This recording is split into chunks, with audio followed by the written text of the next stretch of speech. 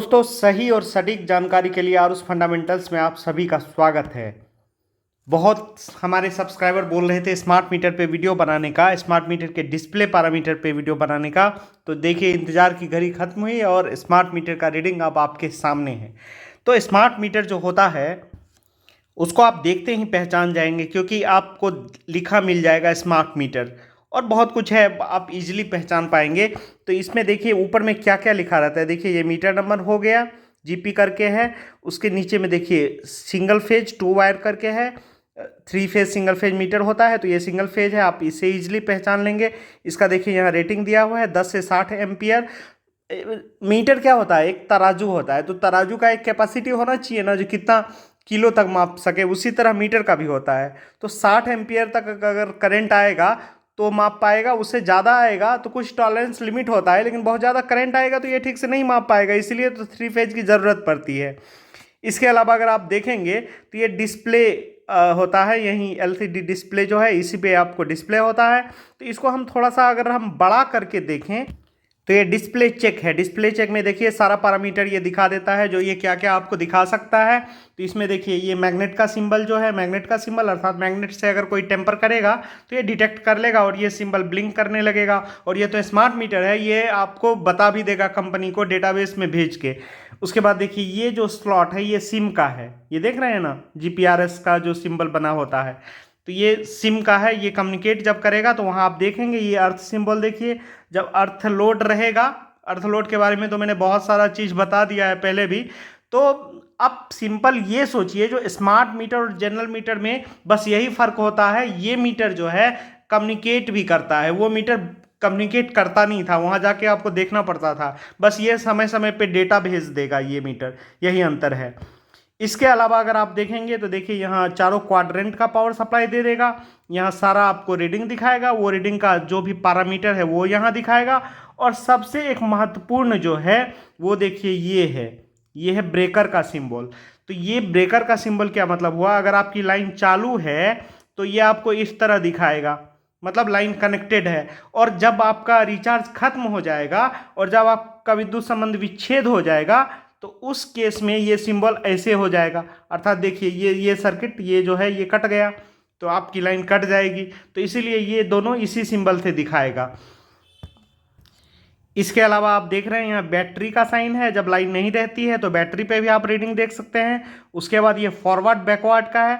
Forward मतलब ये metre अगर बिजली ले रहा है और ये अगर दे रहा है तो उसका भी ये सिंबल है। तो बाइडायरेक्शनल भी ये मीटर है।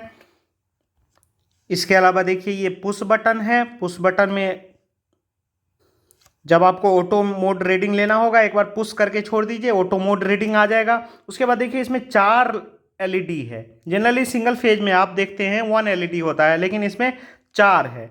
तो यहाँ देखिए क्या क्या लिखा हुआ है, आप इजीली समझ जाएंगे। ये फेज है, अर्थात अगर आपकी लाइन रहेगी पोल से, डिस्ट्रीब्यूशन सप्लाई से, तो ये हमेशा ऑन रहेगा, मतलब फेज लाइन है।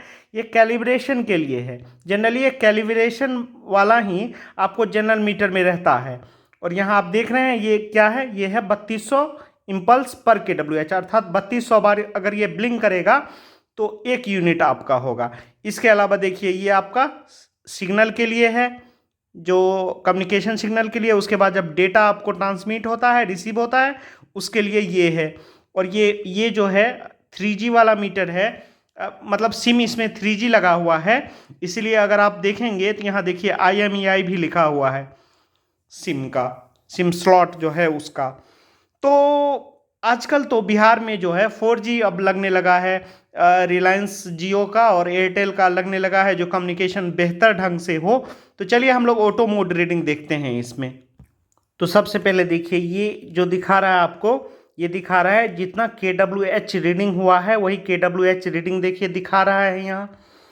और ये फॉरवर्ड है, फॉरवर्ड मतलब हुआ मीटर इतना ले रहा है। अगर बैकवर्ड होता तो ये बाइडायरेक्शनल केस में होता है। उसके बाद देखिए, उसके बाद ये जो है KVAH रीडिंग आ गया आपको। बहुत सारे कंज्यूमर का ये करेंट रीडिंग है बेसिकली, बहुत सारे कंज्यूमर का KVAH में भी रीडिंग होता है, तो वो आप यहाँ से देख सकते हैं। अब देखिए ये मैक्सिमम डिमांड है, मैक्सिमम डिमांड इस महीने का मैक्सिमम डिमांड है KW फॉरवर्ड, फॉरवर्ड मतलब जानते ही हैं, जितना इसने डिस्ट्रीब्यूशन कंपनी से लिया है, एलटी लाइन्स से लिया है, ये वो दिखा रहा है। इसके अलावा देखिए ये केवीए में कितना रीडिंग हो गया, ये मैक्सिमम डिमांड 3.006। आप जानते हैं केवीए या तो केडब्ल्यू के बराबर होगा या उससे थोड़ा ज़्यादा होगा पावर फैक्टर के कारण। और ब्रेकर का सिंबल आप यहाँ देख रहे हैं, जो ब्रेकर ऑन की स्थिति में है। फिर उसके बाद वोल्टेज हो गया, ये करंट वोल्टेज है, इंस्टेंटेनियस वोल्टेज है। देखिए 255 है, स्टैंडर्ड वोल्टेज 250 रहना चाहिए, तो थोड़ा उससे ज़्यादा है, वो 10% टॉलरेंस रहता है।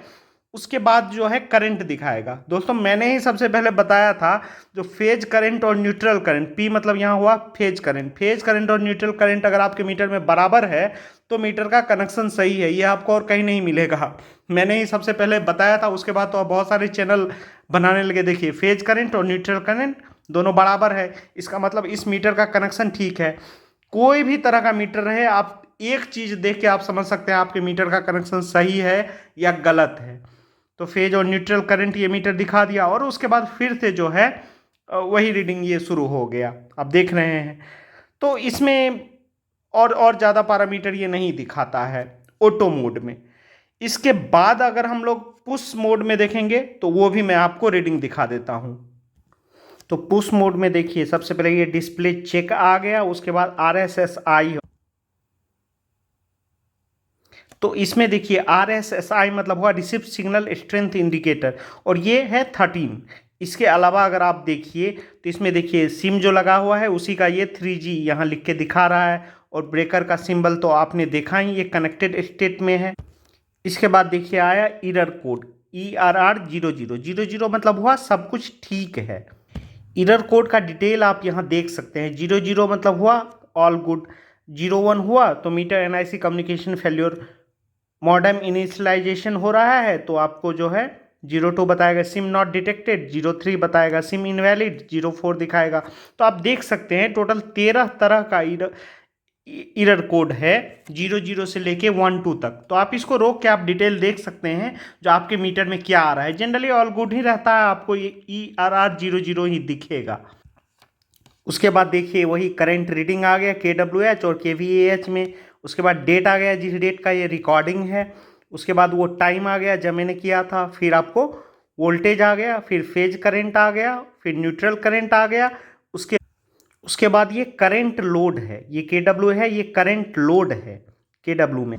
उसके बाद KVA में लोड आ गया, फिर मैक्सिमम डिमांड आ गया करंट मंथ का KW और KVA में। उसके बाद ये KWH रीडिंग तो है, लेकिन यहाँ देखिए फॉरवर्ड, उसके बाद 1 लिखा हुआ है। 1 मतलब हुआ ये बिलिंग पैरामीटर है पिछले महीने का, एक पिछले महीने के लास्ट डे का 12 बजे कहिए, या इस महीने के 1 तारीख के 00 आवर का कहिए, इसीलिए 1 लिखा हुआ है।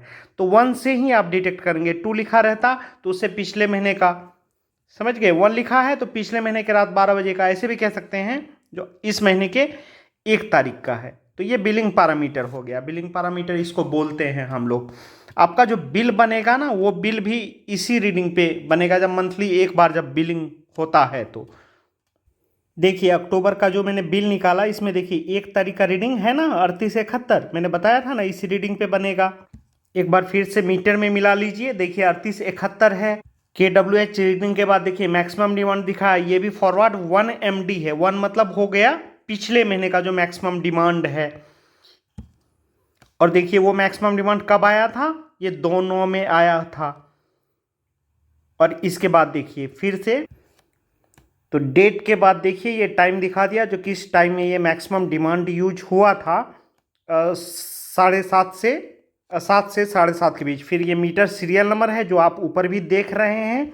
इसके बाद जो है देखिए, वहाँ आप देखे थे 4407 रीडिंग था, तो 7 के बाद क्या पॉइंट था, मतलब ये डेसिमल पॉइंट जो है 4 डिजिट तक ये बता देता है। तो यही है दोस्तों स्मार्ट मीटर का ऑटो और पुश मोड रीडिंग। मुझे उम्मीद है आपको अच्छा लगा होगा। तो मेरे चैनल को सब्सक्राइब अगर नहीं किए हैं तो सब्सक्राइब कर लीजिए, और मैं आगे भी बहुत सारे अच्छे अच्छे वीडियो लाऊंगा। बहुत बहुत धन्यवाद।